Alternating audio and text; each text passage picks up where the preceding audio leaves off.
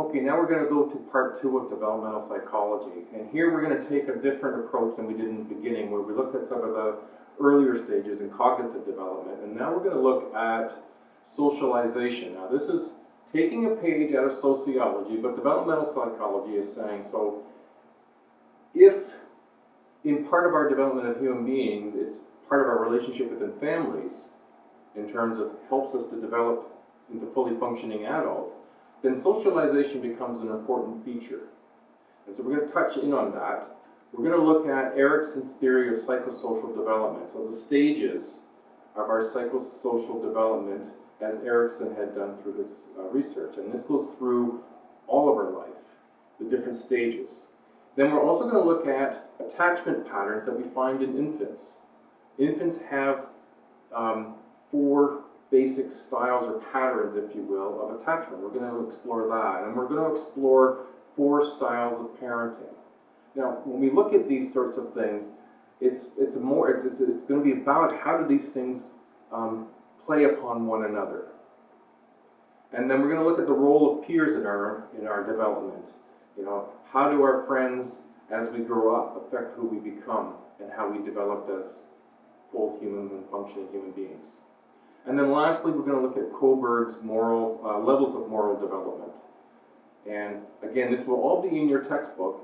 And I'm hoping what you'll get out of this is that your life doesn't end at 17 in terms of all the things you're going to learn. That continues to grow and develop throughout our life. And we may not all achieve all levels of all growth and development, depending upon the environment, the people we associate with, the kind of life that we have, the things that may have impacted us in prenatal experiences, all can have an impact on the rest of our life. It's very exciting. I hope you enjoy this too.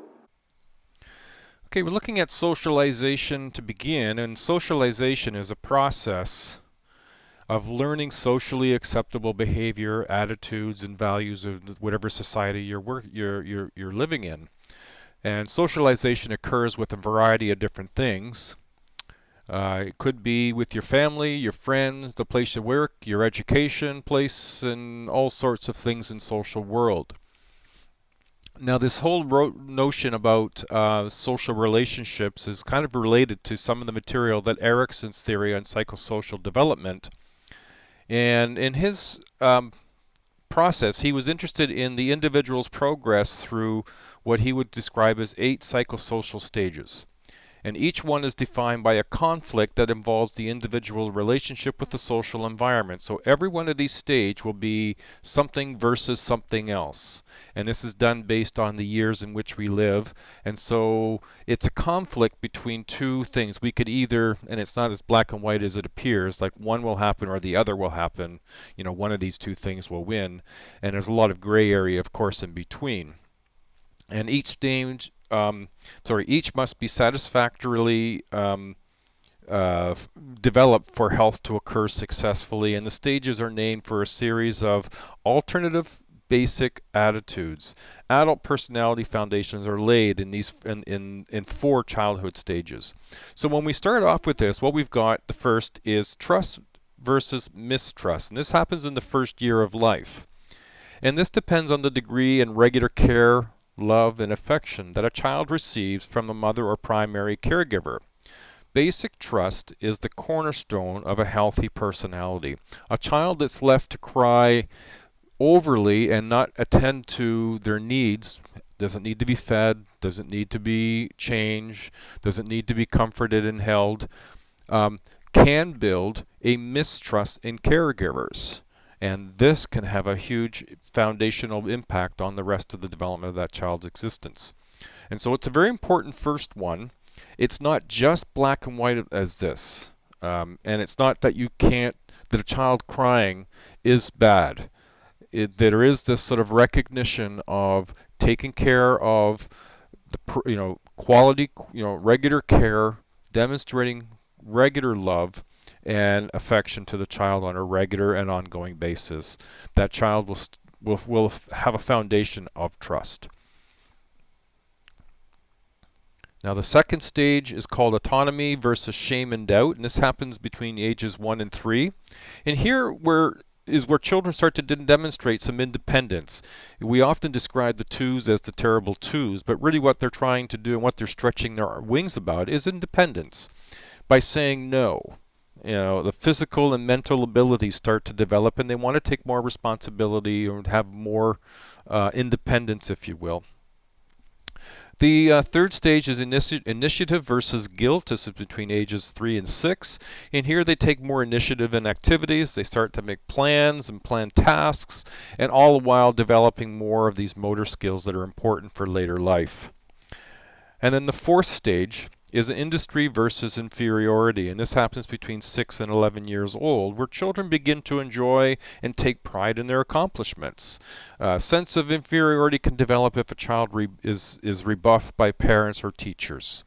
And so this doesn't mean one instance of being rebuffed. It means, you know, a series of, and this child's taking it in. Now you build on the fact that, let's say a child develops a degree of mistrust in caregivers and establishes a degree of shame and doubt, but has some initiative, but they may still experience a degree of inferiority because of this basic mistrust, this cornerstone that they missed early on. So these are the first four stages that Erickson said was really important for the development of adult personality foundations and formations.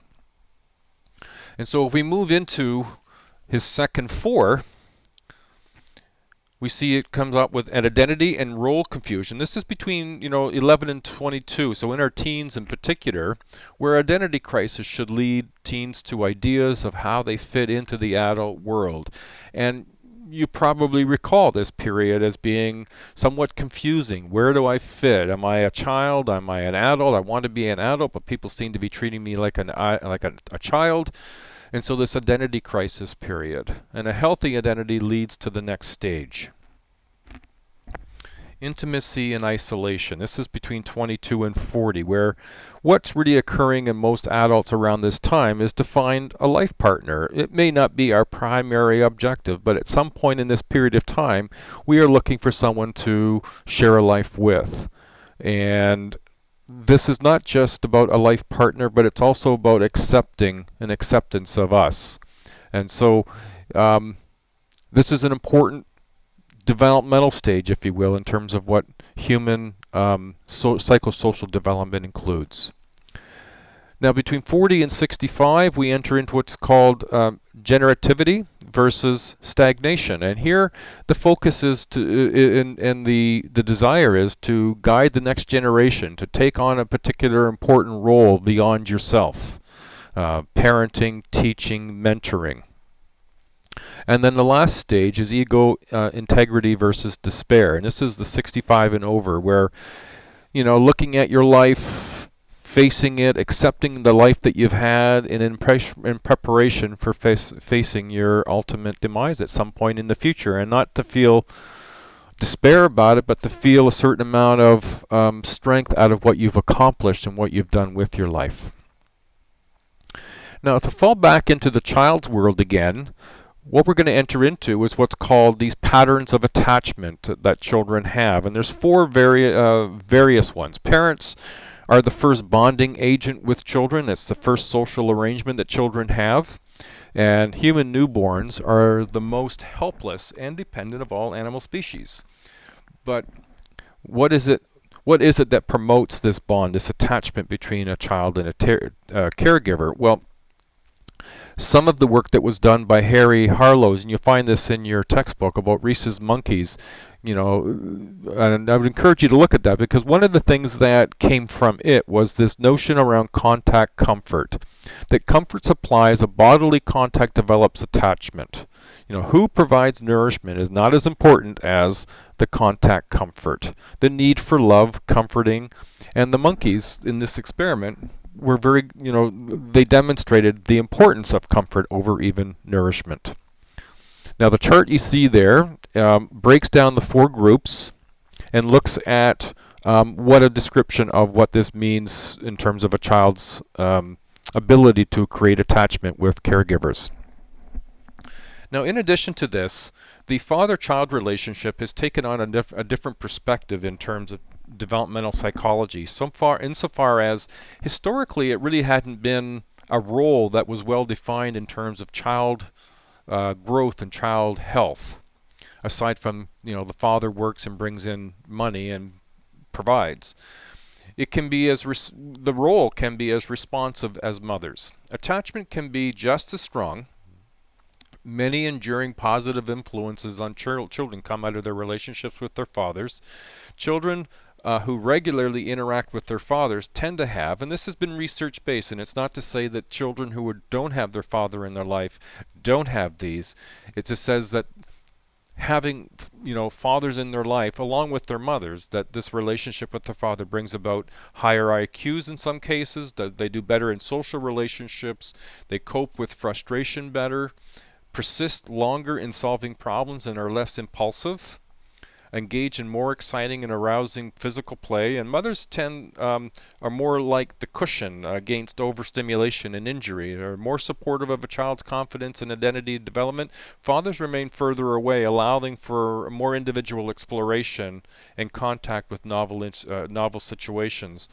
I think research has been supporting that children born into families with mothers and fathers do better when their mothers and fathers are there. Now, along with these four patterns of attachment, we find that there are, and this is not as limited as what this will appear, four parenting styles.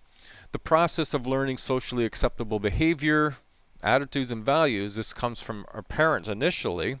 Children of warm, affectionate parents are more likely to be socially accomplished adults, mentally healthy, coping adequately, and psychosocially mature at work, relationships, and generativity. Now, we're going to look at each one of these just briefly. Permissive parenting. Here in this parenting style, these parents tend to make very few rules or very few demands. They don't enforce rules. When they do make rules, and when they are made, they allow children to make their own decisions and control their own behavior. Children of permissive parents tend to be immature, impulsive, dependent, less self-controlled, and self-reliant than other children. Their parenting styles are indifferent, they're unconcerned, uninvolved, and it's associated with drinking problems, promiscuous sex, delinquent behavior, and poor school performance. Adolescents with permissive parents are more likely to use alcohol and drugs and have conduct problems and less likely to be engaged in schools. One of the things that it speaks to is the importance that children need of having guidance and having rules to learn about what they are and the framework in which to make decisions. It makes a huge difference in terms of their development. Part of what not having limits and children making their own decisions is an insecure feeling about whether or not they're doing okay and what the consequences will lead to and whether they can take responsibility for that. I mean, they're not prepared for it cognitively. The authoritarian parent, these parents tend to make arbitrary rules. They expect unquestioned obedience from their children, and they punish transgressions, often physically. Value obedience to authority. The parents tend to be uncommunicative, unresponsive, and distant. Preschool children tend to be withdrawn, anxious, and unhappy, and adolescents of other authoritarian parents are more likely to have a psychological distress, less self-reliant, and less confident. Now, the third that we're going to spend a little bit more time on, I won't speak about neglect. It's kind of self-explanatory that generally that's not going to be very good in terms of acceptance nor control. That is self-control. The authoritative, it's not authoritarian, authoritative. These parents set high but realistic standards. They reason with children, enforce limits. When they say this is the limit, they enforce the limit. They encourage open communication and independence. They're willing to discuss rules and supply rationales for them. They don't just arbitrarily put them in and say abide by them. They will talk with their children and explain why they are doing what they're doing and what the reason is for that. They generally are warm, nurturant, and supportive and responsive. They show respect for their children and their opinions. Children are more mature, happy and self-reliant, self-controlled, assertive, socially competent, and responsible. Authoritative parents are associated with middle children and teens who have higher academic performance, independence, higher self-esteem, and internalized moral standards. Adolescents with authoritative parents are associated with psychosocial competence, and this is true for all racial and ethnic groups. Relationships between parenting styles and developmental outcomes is very complex. It's not as black and white as saying there's only 4 styles and that only if you are one style of parenting, that's the way that you remain and that you cannot make changes. It's not quite as black and white as that. Now, parenting is not the only place in which socialization and psychosocial development occurs. We also find that to be true in our peer group.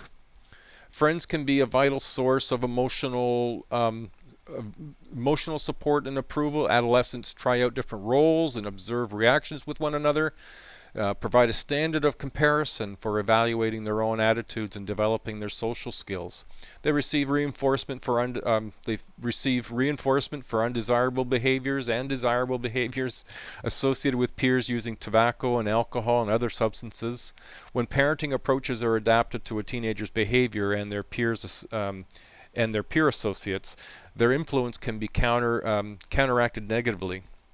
Peer influences render parenting more complex, but does not generally outweigh effects of good parenting. So the peer relationships can take, in some kids' instances, higher priority than parental relationships. Peer relationships can begin as early as 6 months. Infants look at each other, they reach out and touch and smile at each other, and vocalize towards other infants. Between 3 and 4, the friendships can begin. Early relationships are based on peer activities. Middle school friendships are based on mutual trust, peer groups, if you will, composed of the same race, sex, or social class, although that's not always the case as we get into more multicultural communities now. They model how we dress, what we do in terms of our behavior, and they punish for deviant behavior. Measure to weight own traits and abilities. So they use our friendships sort of help us determine some of the traits that get materialized and abilities that get reinforced. We learn to get along with age mates. Physical attractiveness becomes somewhat an issue. In terms of our peers, it becomes an issue in adolescence. A major factor in peer acceptance. Negative traits associated with unattractiveness. And it's unfortunate, but unfortunately as well is what it does seem to come out in research. Low acceptance by peers as a predictor for later mental health problems. So peers become very important. Now, we've had a fair bit of research done on what we've sort of dabbled in moral reasoning. Should we do certain things? And so Kohlberg did his research in the area of moral development and moral reasoning. And he studied moral development by presenting a series of moral dilemmas to different age group children and adults, and found that more interested in the reasons, he was more interested in the reasons for participants' responses and whether or not they chose the right or the wrong. And he classified moral behavior in 3 levels. Each level has 2 stages, and people progress from one stage to the next one at a time.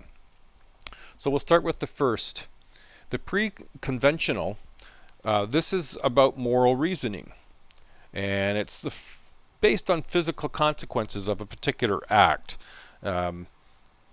Perhaps the reasons for an action is governed by a standard that others put their parents are telling us this is what we need to do. So stage 1 is about recognizing what is right and what is wrong.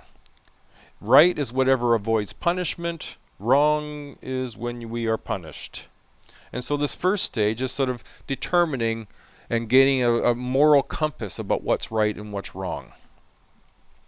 The second stage that we would move to is right is whenever you're rewarded, and benefits to the individual or the results in favor of being in a favor being returned. So if I do something for somebody and they give me something in return, and I see that as a reward for being friendly, then I see that that behavior that I did was right. I'm starting to learn a broader concept about right and wrong. Now the next level is what Kohlberg referred to as conventional. Individual has internalized standards of others. And so I start to understand, based on my previous two stages, about other people who are like me. The right and wrong are based on internalized standards. It's become so frequent. I would have had tens, even hundreds in a matter of a week, reinforcing statements or punishments for when I was right or wrong in stage 1 or 2. Now it's become so internalized. I recognize the things that I should do, and I recognize what is wrong. So right is whatever helps or is approved by others. Right is whatever is consistent by the laws of society. So stage 3 then, this is what's called the good boy, nice girl orientation. Good behavior pleases others and helps others. Good behavior is also what is approved by others. And so in this stage, we look for those sorts of things that are approved by others and helps others. In stage 4, this orientation is about orientation to authority. Doing one's duty as it is. This is right, doing one's duty. Respecting authority, maintaining social order. When we're asked to get into a line, we get into a line, and we're asked to walk single file, we do so because we know it's right to do. We respect the authority who's telling us, and it maintaining the social order. Now the third level is what's called post-conventional. Individuals weigh out the moral alternatives. It's not just black and white now, it's a lot more of this gray. And they realize that the law may conflict with basic human rights. There's times when the rules aren't always appearing right to us and by our standards. Right is whatever furthers basic human rights and requires the ability to think independently using, if you will, Piaget's stage of formal operations. So stage 5, here's where we believe the laws are formulated to protect both society and the individual. Laws should be changed if they fail to do so. And then level 6 is the ethical decision based on universal principles. So a respect for human life, a respect for justice, a respect for equality and dignity, and the belief, following your conscience may require violations of the law. And so sometimes, in order to defend the universal principles, defending the human life, and this is where people who might demonstrate for abortion rights or protect the baby may do so and may even violate the law in order to express that moral reasoning. Then the last little bit I want to touch base on is what are some of the issues in relationship to moral reasoning? Well, discussion of moral dilemma does not reliably improve the behavior has been an issue. Direct teaching of moral values is necessary. General cognitive development strongly influences how children respond to moral teaching. Young children's ability to infer moral messages is strongly linked with reading comprehension skills. So the stronger a reader a child is, the more direct relationship there is to their ability to develop stronger moral reasoning skills. Parents who read moral stories to children like Little Red Hen should provide explicit information about the moral message and how it relates to characters in the story. So instead of just reading stories, it's probably very wise to explain the moral reasoning in those stories to reinforce that message so that it becomes understood. Another issue that comes up is Kohlberg's stages of development occur in all cultures. So what's interesting about his research is it doesn't apply to one cultural group or one society group. It applies to a variety of cultures. And so that's a very strong part about his theory, is it has cultural support.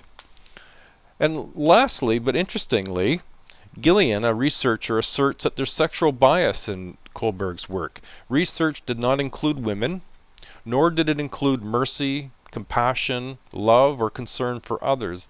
Content of moral reasoning differs between sexes, but does not differ in the complexity of moral reasoning. One of the things that Gillian suggested is that Kohlberg had stated that women would only really achieve up to stage 3, and men would typically achieve stage 4. Of course, there would be exceptions of either sex that would, proceed further, but that women weren't going to be morally as strong as men. So that's a fairly significant issue with Kohlberg's work. Some special concerns about later life. Um, Generally, good cognitive functioning is helped by, and in adult life, it seems to be getting stronger. Higher educational level, complex work environment, long marriage to an intelligent spouse, higher income, leading intellectually stimulating and mentally active lives. Essentially, use it or lose it.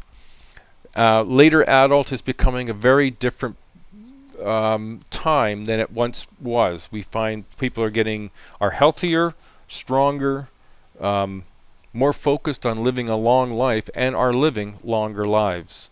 And so these later adulthood, from a sociological point of view, has changed from just being old age to being the young old, and the old old. So it's getting to be a bigger and a broader group. Now lastly, one of the areas that does influence adulthood quite significantly, especially later in adulthood, is death and dying. In particular, its focus on stages of grieving, because as you get older, people that you know die more frequently. And so in later life, this experience is something that many older people do experience. And so in the stages of grieving, Elizabeth Kubler-Ross did a fair bit of work in this area, and she came up with what, and you'd probably be familiar with this if you've gone through any grieving and had professional support in that. The first stage is denial. And this is where you're in shock, disbelief. You might just be saying, hey, this isn't right, it can't be true. The person was too young, the person was too healthy, the person was too happy, the person was too vital. But denial. The second stage is typically anger. Why me? Why them? Anger, resentment, envy. Sometimes you wish it was you, not them. But anger is the next stage. The third stage is bargaining. You will bargain with God. You try to strike a deal, postpone the death, do anything to make this go away. The fourth step, depression and sadness. Sadness over the past and impeding losses, looking at the person's life, being sad for their not being there anymore and their life not continuing. And then lastly, the last stage of grieving is acceptance. Struggling against death ends. It's not that you're happy they're gone, but you've come to terms with their death. Contemplating, it's coming from out of fear or despair and moving into new hopes, new discoveries. Bereavement. This is the period following death where the stages of grieving will occur. This can linger for quite a while after. It could be a shorter period depending upon your experience with death, your outlook about one's life and death. Those people who are outspoken grievers, who grieve loudly and grieve a lot, don't necessarily end grief more quickly.